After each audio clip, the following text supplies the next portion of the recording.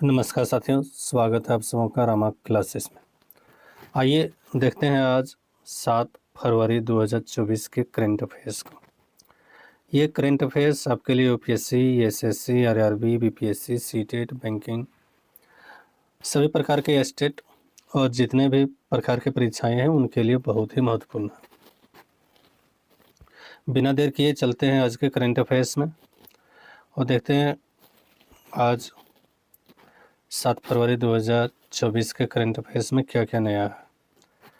तो अगर आप हमारे चैनल पर नए हैं तो चैनल को सब्सक्राइब ज़रूर कर लें ताकि आपको रोज़ाना इस प्रकार का कंटेंट मिलता रहे और आपके परीक्षा की तैयारी में ज़्यादा सहायता कर सके। तो आज का पहला प्रश्न, किस राज्य में थनथाई पेरियार वन जीव अभयारण्य नामक एक नया वन्यजीव अभयारण्य बनाया जाएगा? किस राज्य में बनाया जाएगा? बना नहीं है, बनाया जाएगा नया, और उसका नाम क्या है? वनथाई पेरियार वन्यजीव अभयारण्य। तो इसका जो सही आंसर है वो है डी नंबर, तमिलनाडु। तो तमिलनाडु में थनथाई पेरियार वन्यजीव अभयारण्य नाम से एक नया वन्यजीव अभयारण्य बनाया जाएगा। दूसरा जो प्रश्न है, एशियाई क्रिकेट परिषद एसीसी का गठन 19 सितंबर 1983 को एशियाई क्रिकेट सम्मेलन के रूप में कहाँ किया गया था? तो एशियाई क्रिकेट परिषद का गठन कहाँ हुआ था? इसका सही आंसर है नई दिल्ली में।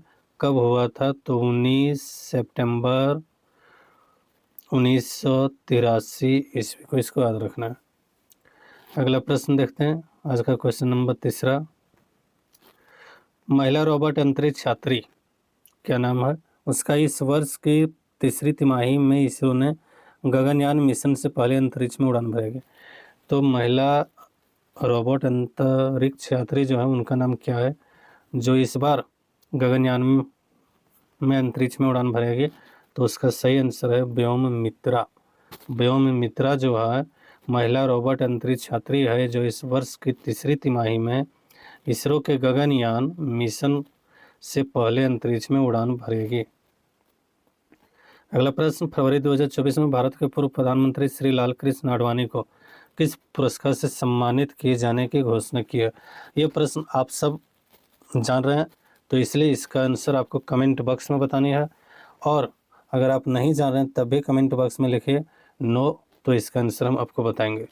चलिए, तो इस क्वेश्चन को छोड़ते हुए अगला क्वेश्चन में हम आगे बढ़ते हैं। 5 नंबर, सरकार 5 से 15 फरवरी तक फाइलेरिया रोगों के उन्मूलन के लिए वार्षिक मास ड्रग एडमिनिस्ट्रेशन एमडीए अभियान की शुरुआत की। किस सरकार ने? कौन सी सरकार? मध्य प्रदेश, उत्तर प्रदेश, अरुणाचल प्रदेश? तो इसका सही आंसर होगा उत्तर प्रदेश की सरकार ने क्या शुरू किया है? MDA mass drug administration. किससे उन्मूलन के लिए? तो फाइलेरिया से उन्मूलन के लिए। कब से कब तक चलेगा? 5 से 15 फरवरी के बीच में चलेगा ये।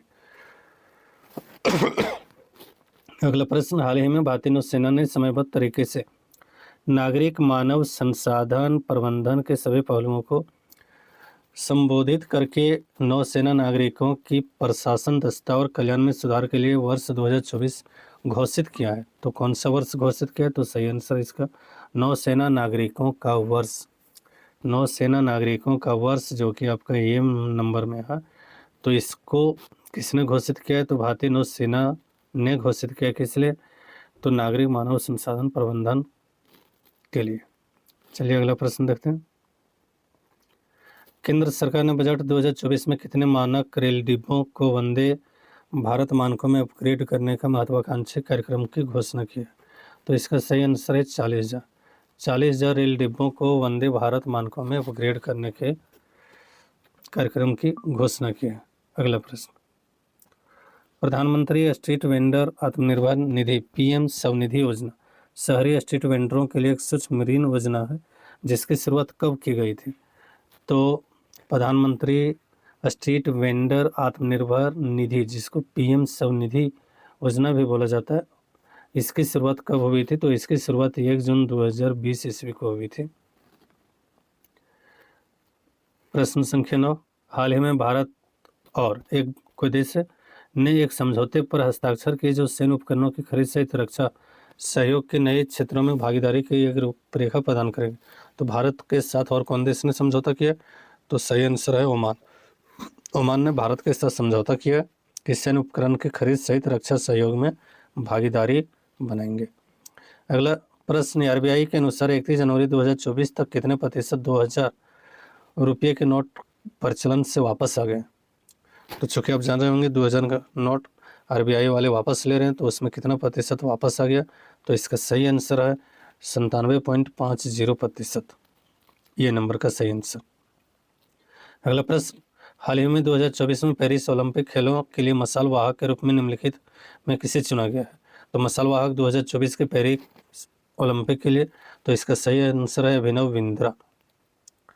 चलिए क्वेश्चन नंबर 12, हाल ही में भारत में 5G पोर्टल एक एकीकृत पोर्टल किस मंत्रालय द्वारा लॉन्च किया गया है? तो भारत 5G पोर्टल ये किसके द्वारा लॉन्च किया गया है? तो संचार मंत्रालय के द्वारा लॉन्च किया गया है।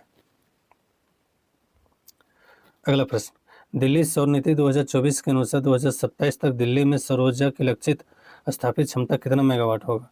तो इसका सही आंसर है 4500 मेगावाट। 4500 मेगावाट 2027 तक दिल्ली में सौर ऊर्जा से बिजली का उत्पादन होना शुरू हो जाएगा।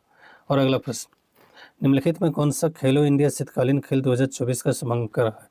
खेलो इंडिया शीतकालीन खेल 2024 के शुभारंभ जो है वो है हिम तेंदुआ। चलिए अब हम अंतिम प्रश्न की ओर बढ़ रहे हैं।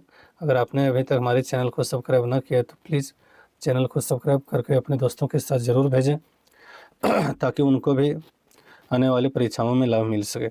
तो आज का अंतिम प्रश्न, हाल ही में IMF ने चालू वित्त वर्ष में भारत की GDP वृद्धि का अनुमान बढ़ाकर कितना दर कर दिया है? तो GDP जो बढ़ा है अभी चालू वित्त वर्ष में वो कितना प्रतिशत है? तो सही आंसर इसका है ये सी नंबर 6.7%। चलिए इसी के साथ आज का ये क्लास समाप्त होता है। आप सब अंत तक बने रहे, इसलिए आप सबों को धन्यवाद। जय हिंद।